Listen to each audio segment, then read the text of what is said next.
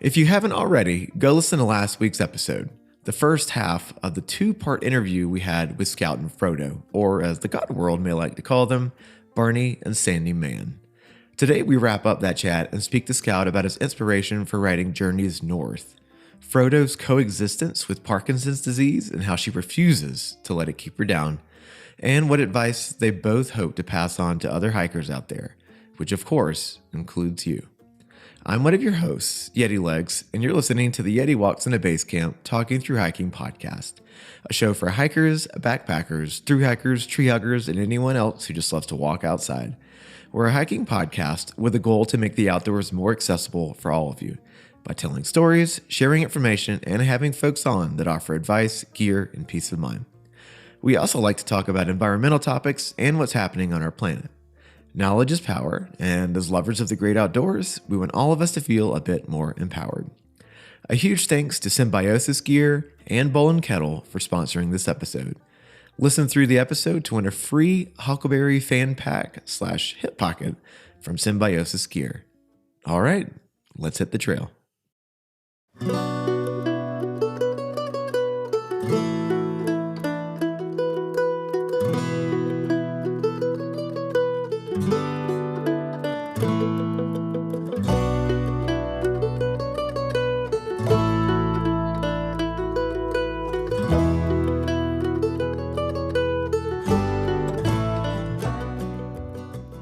Scout, I've got two questions for you, and I just want the 10-second response. He's not very good at that. 10 seconds, come on.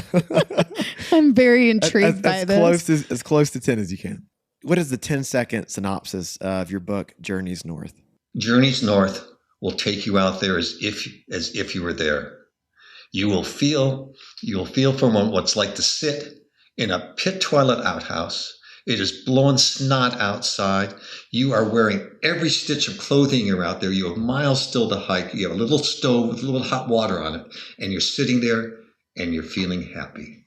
I want you to feel that way when you read it. That's beautiful. The other 10-second question.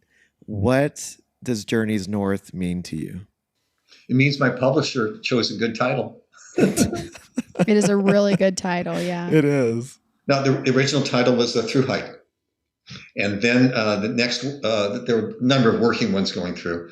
A quote from the book, we hiked as one, which is toward the very end. That was settled on for a while. And then they took it out to bookstores and didn't feel like it was right for a general audience. And we all let it sit for a while. And one of the publishers said, Journeys North. Well, I think that title was supposed to be We Hiked as One, Journeys North on the Pacific Crest Trail. Yeah, that's right. As a subtitle. Yeah. Mm-hmm. Yeah. Okay. Journeys North is the perfect title. It really is. I mean, it encompasses so much of that book because it is journeys. It's multiple journeys that go northward. Then I have a follow-up. Oh, go ahead.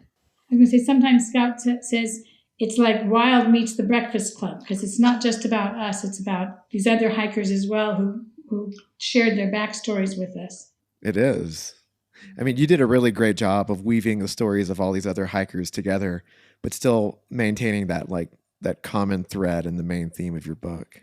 Yeah. It's still the 4 other main hikers that I wrote about. We're in touch with almost all of them. I still talk with Blazer once a week. Tony stayed at our house a couple of times last year.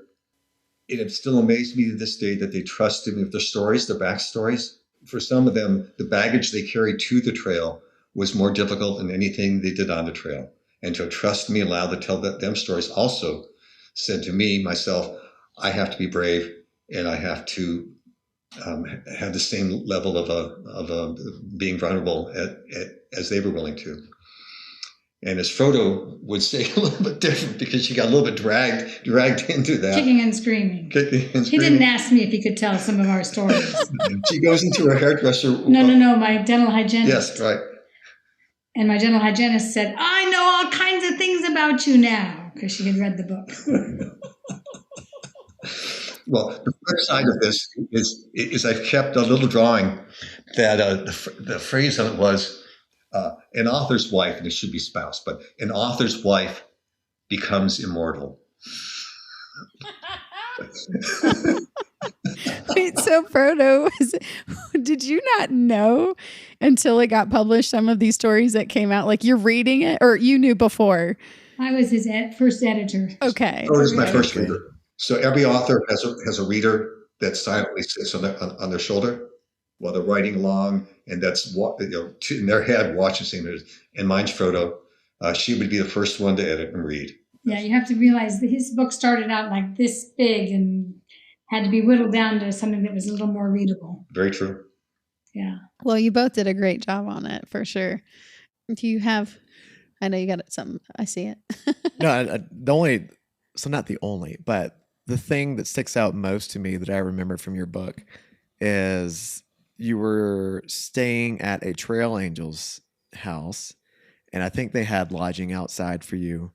And I remember you pulled out a guitar and you started playing that guitar. And, it's been 5 years since we read this book, but that seemed like a really special moment, not only intended for the reader, but from the author as well.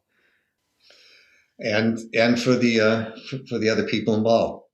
So that is one of the handful of sections from which I choose when I do book talks. Yeah, that's it. At Agua Dulce, Hiker Heaven, mile 450. Donna and Jeff Softly, and Donna's passed since then, which is very sad. And you were asking me about identities. And one of my identities is I play guitar. I'm not fantastic. I'm a duffer, but I can get people to sing. Summer camp, I could take a group, stand in front of a group of 100 kids. It's 7:30 in the morning. It's cold. They want nothing more to get inside. And by song, by being goofy, I can get them singing and forgetting that they're singing and having a fun time. Or go into our kids' room and sing to them at night. And here it had been 5 weeks since I touched the guitar. And I'm here with my new friends, like 45, 50 people are there. No, there were 65 people. 65 people were at the Softlys at Hiker Heaven that night. And I pulled this beat up guitar off that he had hanging on the wall there. And I'm sitting on a hay bale. And I'm sitting there thinking, if I sit down and sing, is anyone going to join me? Because I love nothing more than having folks join with me. And I started with leaving on a jet plane, as I described in the book. I can sit here right now and tell you each person who one by one started to come over and sit down the hay bales, and one who is sitting in her tent, and it's today the woman I still talk to once a week, a Blazer, Amanda. She said she was sitting on her cot feeling, all these wonderful hikers are out there and I'm just so tired and hurting. And now I'm hearing Scout play and I want to sit out there and sing. I just don't have any energy to do it. I can remember the moment she caught my eye and I caught hers. And she comes over and sits down on a hay pail and a beautiful alto voice joins in with Journeys from North. And you can draw a straight line from there to the moment when Frodo and I officiated at her wedding. And a straight moment from there to our close relationship today. What a special moment. Thank you for sharing that. I know, it's so powerful. And, Hikers Haven, actually, we were really looking forward to that place, but that was the year they closed it down, was the year we were on the trail, unfortunately, which was so sad and, devastating for everyone. I think, is someone trying to reignite Hikers Haven, though? There's another person in town who is starting to get significant numbers. They do a little bit more hostile likes, I think $25 a night or stuff. And they're trying to walk in the shoes of Hiker Heaven and doing it modestly successfully. Okay. And let's just take a moment, if you will. Donna Softly, the prime mover of Hiker Heaven, Agua Dulce, she died a year and a half ago? No, longer than that. 2.5 years ago. And you could not have a more wonderful, giving person. The year we went through, Donna, she knew everyone's name. She personally did everyone's laundry. She was a pistol. She was. She was. Yeah, she served the Peace State Board. And it's just nice to take a moment to remember her and to speak her name again. Yeah. Happy trails to Donna. Yes. I'm going to read off a few menu items here. Let's see how they sound. crawfish etouffee, chicken tikka masala, and Mexican street corn grits. That sounds like the specials for a restaurant you would expect to find in the South, right? Believe it or not, these are actually backpacking meals that you can eat out in the middle of nowhere on the dirt with an epic sunset backlighting the mountains. Sarah and Brett Bolin, founders of Bowl and Kettle, wanted to do just that. Feast on amazing meals when camping out in the middle of friggin' nowhere. So they decided to create their own freeze-dried, not dehydrated, backpacking meals with first ingredients like butter, marinated chicken breast, whole milk, and Monterey Jack cheese. Basecamp and I happily carried several Bowl and Kettle meals with us on both the Colorado Trail and the Arizona Trail last year, and we never once regretted carrying a single ounce of those. Sarah and Brett have perfected the 3 meals they currently offer, undoubtedly with more coming in the future, and they want you to try some of the backcountry goodness for yourselves. They've given us a 10% discount code to share with you, our listeners. Head over to bowlandkettle.com, pick out your favorite variety pack, whatever floats your boat, and plug in the code YETICHOW at checkout. That is YETICHOW to get 10% off of your entire order. Thank you, Sarah and Brett, for sponsoring this podcast and this episode. What was each of your favorite moments on the Pacific Crest Trail? I don't know about favorite. I mean, there's just so many. We had a hiker from 2006 who lived in San Diego and also would host a few hikers at a time. Girl Scout. He told us every day find a time and a reason for just shouting for joy, and we tried to follow that. Made us really aware of our surroundings and what was going on with us. Favorite stories, favorite parts. Our son and his wife, or his then girlfriend, hiked with us in the North Cascades. That was delightful. Picking huckleberries with them. Just some of the scenery in the Sierra and the North Cascades was amazing. We ended up our hike. We were hiking through deep snow and decided that we didn't want anyone to have to come rescue us, so we were going to go ahead and head out from Hart's Pass and back down to the road. And so we ended up road walking west and downhill so we could end up in Canada along Ross Lake. So we took kind of an alternate route, which a number of hikers did that year. And in a lot of ways that was disappointing, but there was a band of us that worked together, and we all sort of felt like this was kind of meant to be. Yeah, so that was a special time as well. I don't know about the two of you. When I'm asked that question, a part of me feels funny. And I don't want it all demean the question, but a part of me feels, so I have the Hope Diamond in my pocket, right? And you want me to take it out, and you want me to tape over all the other facets and tell you about one. Because literally out there on the trail, one of the reasons I like being out there, every day at least one small miracle happens. And many times, multiple times. I'm 74 now. Our hike was 18, going on 19 years ago. Each of us could sit here and tell you a story, if not multiple stories, about every single day. So I'm going to tell you one story, having given an introduction, and just because it occurred to me at that moment. In fact, it'll surprise her when I bring it up. We salted the trail beforehand with surprises for ourselves, things we can look forward to, because the mental game is as important, if not more important, than your physical body. Staying enthused, don't letting that drive crack. And so planning things, and you have some control of that you're looking forward to. One of the things we did is we had people, maybe 8 to 10, leave notes for us on the trail from a year before, 2 years before. My old scout troop that I was scoutmaster of left us a couple. I gave them a hermetically sealed little plastic vial, and for them to put it there and find us. And one of them, and you probably won't even guess the story, Mattel. One of them was at mile 1,000, a couple GQ and Switch that we had hosted the year before we hiked, 2006. They were our hikers number 3 and 4. Yeah, they were hikers 3 and 4 for us. They at mile 1,000, which was marked with rocks, so 1 and 1,000 and 1,000, probably 5-inch tall letters. And as a scout, we buried it under the 1, and there's something in it, and you'll enjoy it and maybe even get to eat it, which made us really curious. So we get to the point where it's supposed to be, and there's nothing there. It's alongside the trail, across a little bridge that had been actually blown out. There's just a log there now. And I knew, within 100, 200 feet where it was. And I asked Frodo, at the end of the day, we still have miles to go. It's about 5 o'clock. Will you give me 20 minutes to look? And I had the picture. I think I printed out the picture and had a little picture of the spot. And I'm looking around. Yeah, there were no smartphones back then. Right. It came out that year, that summer. And I'm looking and I spot one rock that I think might be one of the, each number was made up of maybe 10 rocks.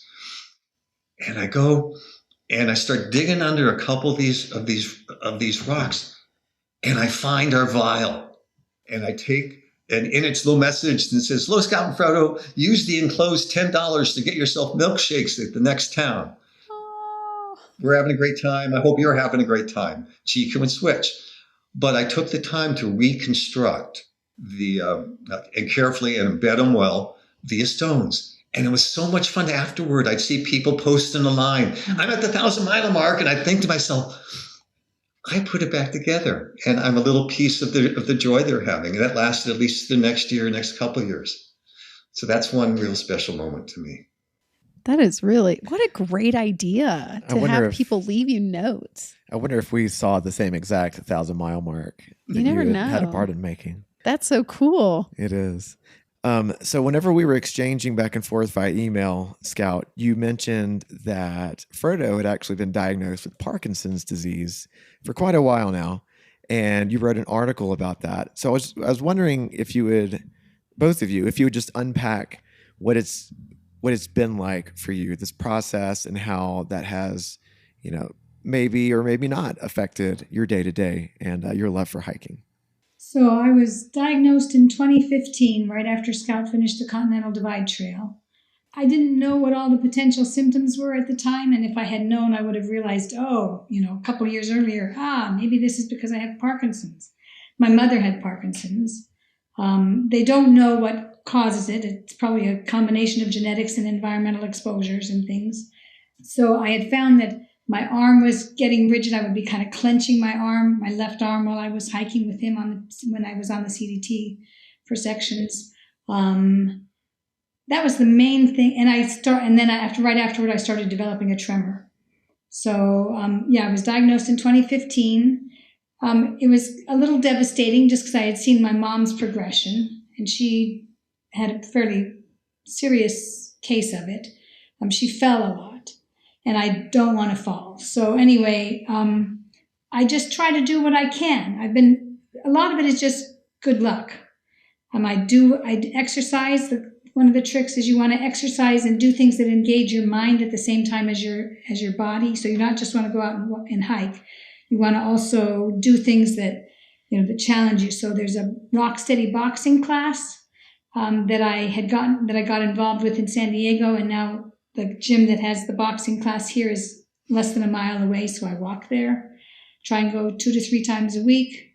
I do a body combat class. So it's, different routines or different combinations of movements that you do for a while, and then you switch it up. And so your brain is always having to be engaged. And the first thing we did was line dancing, which we did together. He was the only guy in the whole class at the YMCA. He loved that. And we also started doing yoga, which we need to find a class here. I've been fortunate in that my progression has been slow. I am very aware of it all the time. I have kind of a side effect to the main medication. For some people is dyskinesia. So as I'm sitting here, my left foot is kind of jerking all around. So it's not something that you forget about. But it does. What I tell people is it doesn't keep me from doing what I want to do. I just do it a little more slowly and certainly less gracefully. It did make us think about what we want to get done while I still can. So I have a bucket list, and the hiking stuff is up towards the top. We've gone to the Himalaya, we've gone to Patagonia, we've done some hiking in the Alps. Antarctica, we actually slept on the ice one night in Antarctica. Yeah. Wow. Was that colder than any night on the PCT? No. PCT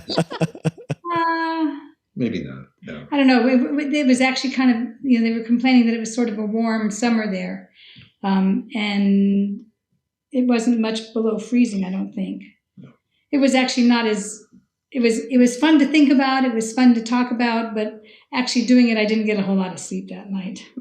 We had to sort of dig out these little platforms to sleep on, and you can't leave anything. You can't even leave pee on the continent of Antarctica. At least the cruise people can't. So you had to be really careful about what you drank and what you ate. They did have a porta potty, but nobody wanted to use that because it was just sitting out in the open. And so they picked us up at like 6 a.m. Yeah. But yeah, so there are other things on the list that are a little more sedentary, you know, going out and taking the Rocky Mountaineer across the train across the Rocky Mountains to sightsee. I'll do that when I'm 80. But we're checking things off the list and having a good time doing it. I was away the day she was diagnosed. I was at a Pacific Crest Trail Association, a board meeting weekend. And when I talked to her that night, she told me that what her two big fears was one, I won't be able to pick up my grandkids someday when we have them, and I won't be able to hike with them. And neither of those have come to pass. Yeah. Our 8-year-old, she can still pick up if she needs to, and we can hike with them. She also said that for a day, like today, I let myself cry. Yep, I gave myself one day to be as upset as I wanted to be, and then just get on with it. Yeah. So I admire this woman's attitude tremendously. Granted, a little bit of is luck, but it's also attitude, exercise, doing all the things. There are things you can do to help to help slow its progress, to lessen its Parkinson's hold on you. And she really has enough. It's one of these diseases. Even though so many have it, it's a bit of an orphan.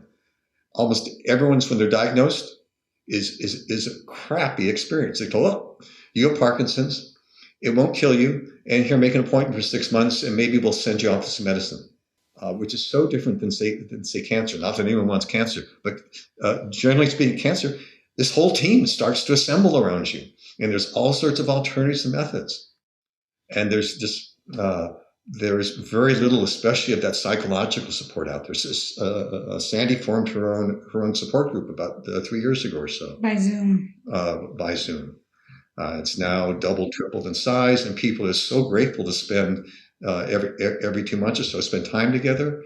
Here, oh, I'm not alone, that I have constipation, I have all these other side things that people don't talk about much. And here's how I cope with it. Oh, well, you did, I'm going to try that too. Yeah, which is one of the neat things about doing that article. So here in this country, we have 1 million people with Parkinson's, right? And if you run the math, how many people hike, what percentage of people hike, what percentage of adults, it means about 5% of them were hikers, 50,000 people. Actually, no, we're backpackers. Many more, a higher percentage were hikers. There is one little nonprofit in this country that offers backpacking programs for people with Parkinson's. They use llamas to help take weight off back. Everyone has a support person, run a great program. The article I wrote for Backpackers was the first ever mention they've ever made of Parkinson's in their magazine in 50 years. Give me a break. I'm curious, is this like an open Zoom link that you share with people that have Parkinson's? It's more that we had a couple friends who said, Barney's sister said, my friend was diagnosed with Parkinson's recently and she's pretty upset about it. Can she talk to you? And that happened a few times. And Barney's cousin, a gentleman that Barney has worked with for his next book. And so we just kind of, a friend, the guy who took over from Barney as chair of the Pacific Crest Trail Association board. So it was sort of like, hey, there's going to be more and more of us. Maybe we ought to make this something where we all chat together. And it's really good because it's good for people to hear, oh, I'm not the only one with this particular symptom, because there's so many different symptoms and everybody has a different combination. And how do you handle this problem? And there were some hikers we met on that Pass to Pass Parkinson's group hike that he'd had Parkinson's for 20 years. Yeah. He was diagnosed quite young, and he learned things in the first meeting. He and his wife learned things in our first meeting that helped him get better medication and better treatment because his doctor hadn't offered some of these things. But I think in also hearing your question, we don't record them, and it's not something that for the moment is shareable. That's maybe some seed of some ideas. Right, that's true. Mm-hmm. Just curious only because my aunt was recently diagnosed with Parkinson's actually. And I'm like, oh, if this is an open forum or open Zoom link, I didn't know. New members. Yeah. Okay. And also even listeners, who may have Parkinson's that listen to this podcast, that are hikers as well. I didn't know if it's, an open link, but. And what is open for all is the Pass to Pass website. That's PASS. I know there's still a lot of their, I think 20 different treks at different levels, from one that literally you stay in a lodge and you do day hikes to intermediate levels, and those who are out for 5 or 6 days with a team of llamas supporting them. All levels. Go on their website. There's lots of open spots still left for this summer. It's free. They don't charge.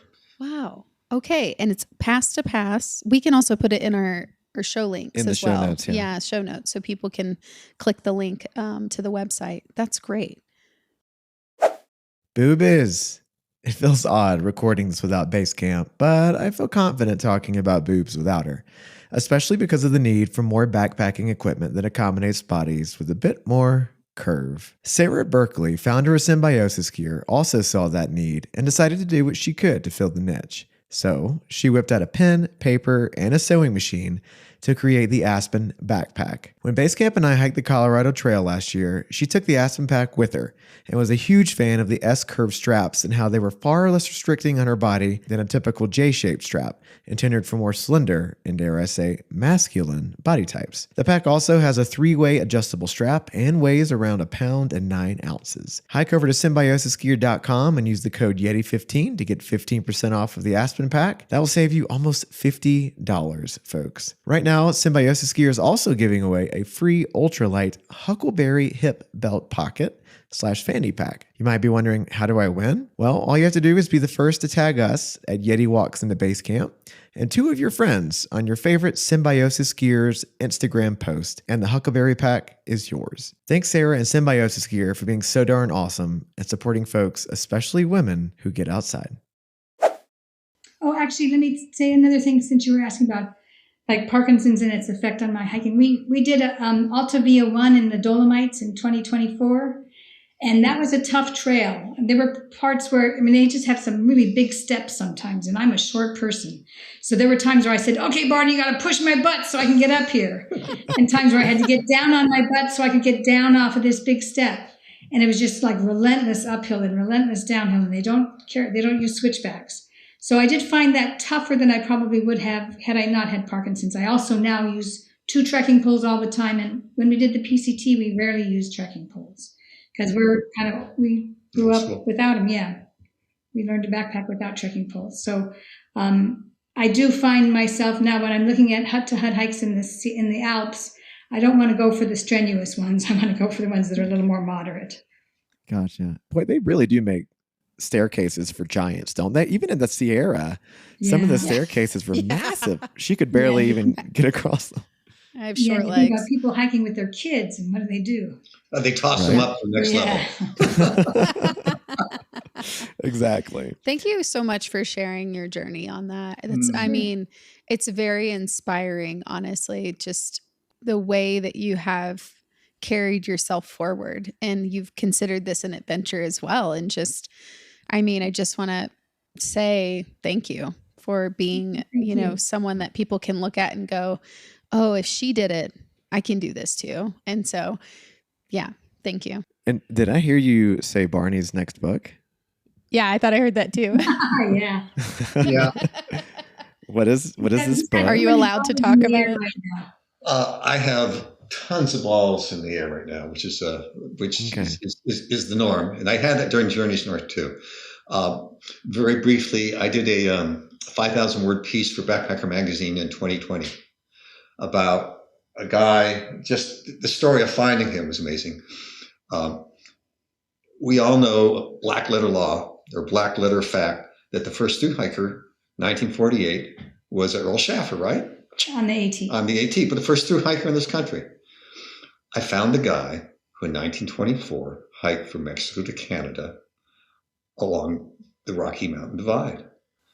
And yeah, I see your chin drop, but even more so, it took me a good number of years after that to find out and to locate a journal he kept on that hike, handwritten every day, and 300 photos he took with a 2.5-pound Kodak camera, including selfies. This guy was a stud. And Backpacker encouraged me to write a long article about it, and I did. They actually chose that article as they recently published a list of their all-time best articles, 50 years worth. Oh, I didn't know that. Yeah, it did. And that article was. If I were to start in the facts right now, instead of just being 10 seconds like earlier you said, we'd still be going on 10 minutes from now. 100 minutes from 100 minutes. It's a great story, and that's only part of it. And so kick me in the butt. I need to get really moving on it. It is a great story. That sounds like an awesome story. Wow. You should get moving on it. I want to read it. I know. On our show, we typically wrap up by asking people what advice they would give to other hikers. But I feel like you've already given a bounty of advice and the different responses from yourselves and your book. So if you're okay with this too, I just want to say or ask, as co-adventurers, what's next? I will do one coda along the lines that you just outlined. Do it. Go for it. On the CDT, for most of the time, I would see Frodo every 3-4 days or more, and she'd be at a trailhead in this 20-foot road trek. And so much of the CDT, I literally hike by myself. 60%, I'm going out, and I will. And the next person I may see might be Frodo, and I'm going into Bob Marshall Wilderness. I mean, real stiff country. Her last words to me when I'd walk off into the woods or the desert had been, "I love you." But fairly quickly, she turned instead. She'd say, "I love you," and then her last words to me would be, "Make wise decisions." And if she said something after that, or if I turned around and said, "Remember to do this," I would always stop because her last words to me I needed to hear that one more time. He's a little superstitious. In literally probably a few hundred after dinner talks, we told that story, and Frodo has told that story. And we have had hikers say numerous times, "I heard Frodo's voice in my head when I needed to hear it. Make wise decisions." Thank you for saying that. And now we're going to hear it every time we go outside. We've gotten better at this in our journey of life, because when we first got engaged, we did Mount Rainier and we had no idea how to at all mountaineer. So to put into perspective, we did not make wise decisions and we're still alive, thank God. But but since then, learning the process of, listening to that part of you that's like, oh, something's not right here, or that doesn't feel very wise. And is there a safer alternative, or do we need to stop right now and wait? Mm-hmm. It's just, your life is more important than being ambitious or the next cool person that did this wild thing that everybody's going, whoa, that's crazy. It's So you may find that being a parent makes you even a little more cautious. I'm sure. I'm already feeling that way because I can't do I feel very handicapped. This feels like in this season because I can't do a ton of, through hiking or 20-mile days but it's okay. I'm adjusting. Yeah. We've quickly learned that if there is a such thing as a professional hiker, it's a hiker that lives to hike another day. So making those wise calls for sure. I love that. Thank you. Yeah. Well, what is next for you guys? You got anything cooking? He's going to hike the Florida Trail. Ooh. To which I say, why would you want to hike the Florida Trail? There's not much vertical gain on that one. That's like the last one. Well, that's the last one on our list. Well, the last trail she said this, I did this. She said the same thing, which was the Ice Age Trail. The low point in Wisconsin is 600 feet. The high point is 1,400 feet. So there too. But it was just so different, which is why the Florida Trail appeals to me. It will be so different than any other trail I've done, and I find that appealing. So, yeah, the Everglades, they're pretty cool. Yeah, I'm told there's a 30-mile stretch that you walk in ankle deep water the whole way. Which sounds like trench foot to me.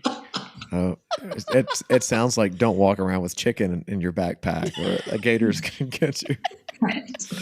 Yes, most definitely. We have a friend. His name is Crush, and he's hiked the Florida Trail, I think, 3 times now. I don't know. So many times. Yeah, he's a wild man. Boy, and he'll post videos of him walking through that half submerged stretch. I'm like, you wouldn't catch me. I'd be tree hopping. I'd be mangrove hopping before I walked that.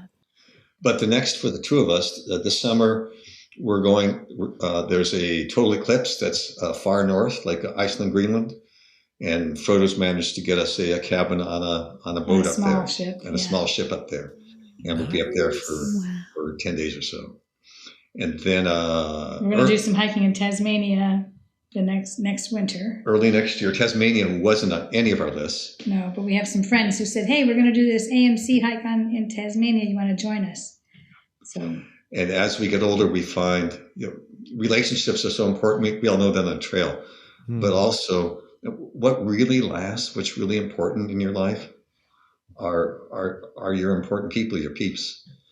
And here's a couple that moved to New York, a long time lived in San Diego, and they called to invite us along. And we all but just basically said, yeah, you got to spend time together. Yeah. We also want to do some more hiking in the Alps. We've been in the French Alps. We've been in the Italian Alps. Now we need to go to the Swiss Alps. There's lots of Alps. Yeah. So you need to do the Tour de Mont Blanc. Yeah, have you guys done the TMB? No, not yet. Oh, it's magical. We did its lesser known Tour de Vanoise. Tour de Vanoise that people told us was just as good.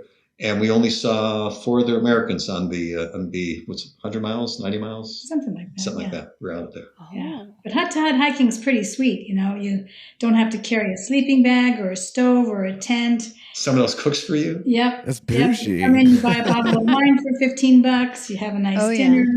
Yeah. You get a shower. I mean, after days, moderately hard hiking in beautiful Alps country, I get a shower. I'd walk around after shower which I'd have the shower high for about 60 minutes. Everything's great.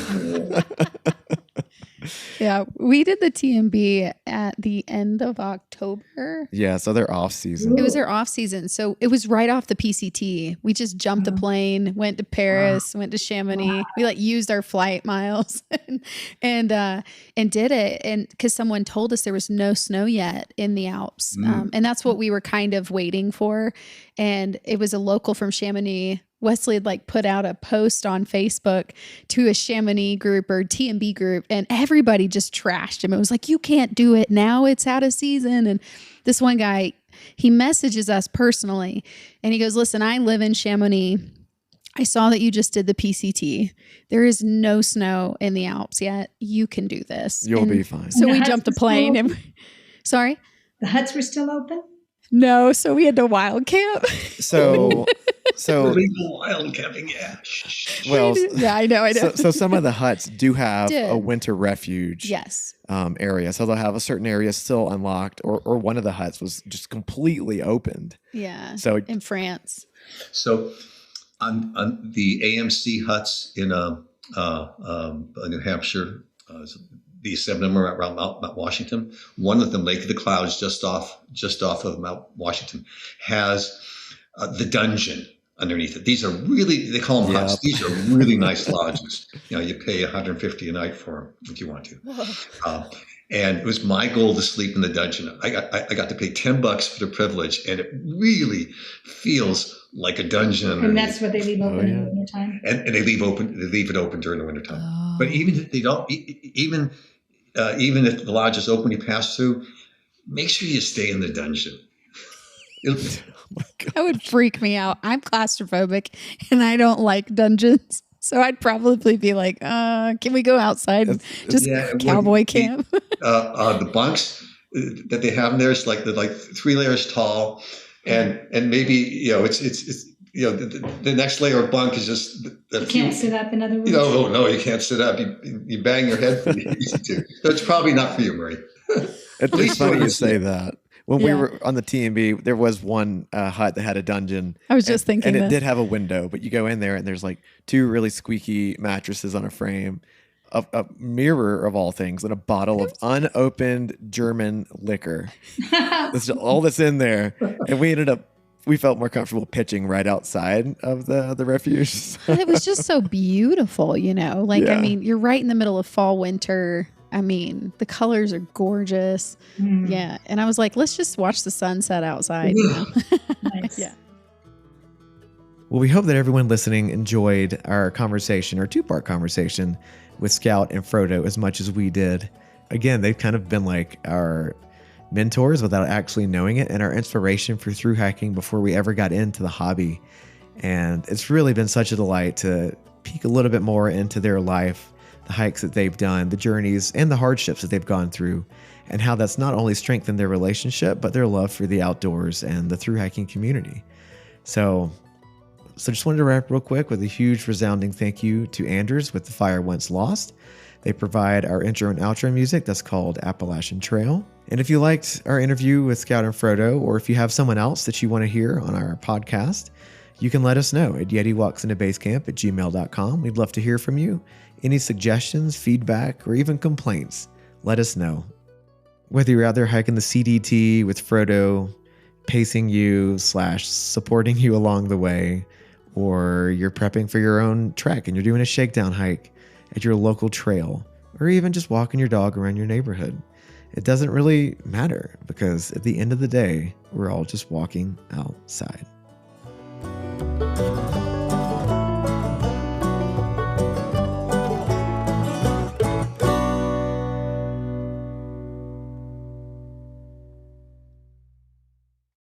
Just wanted to let you know that here at our show, Yeti Walks into Base Camp, we don't use AI for anything. AI has detrimental impacts on our environment, and we just don't want any part of it. So just know that when you're listening to our episodes, each one is hand edited by our team with talent and integrity. Thanks for listening.